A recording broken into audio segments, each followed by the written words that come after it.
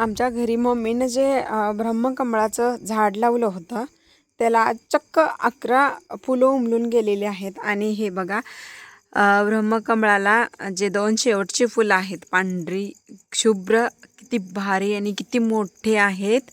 आणि हे फुलं रात्रीच उमलतात, तर किती सुंदर आहेत, बघायला सुद्धा खूप छान वाटतं हे फुलं.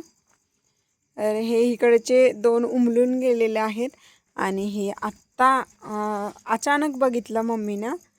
तर स्वतःनी कष्टाने लावलेलं जे झाड असतं त्याला फुलं आल्यानंतर खूप आनंद होतो. आणि माझ्या मम्मीला हे ब्रह्मकमळ उमलल्यानंतर खूप आनंद झाला आहे. कळीपासून ते असं फूल उमलण्यापर्यंत माझी मम्मी स्वतःच त्याच्याकडे लक्ष देत होते रोज.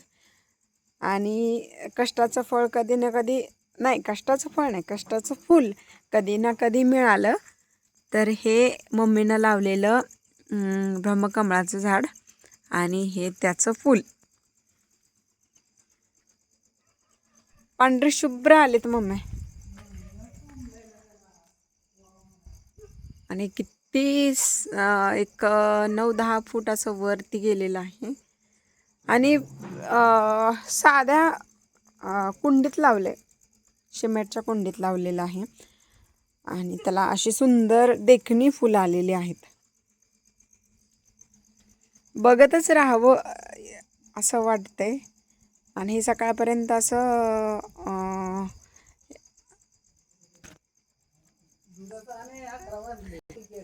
हो 11 वाजलेले आहेत आणि अजून पण ह्या फुलाला आम्ही बघतच बसलोय.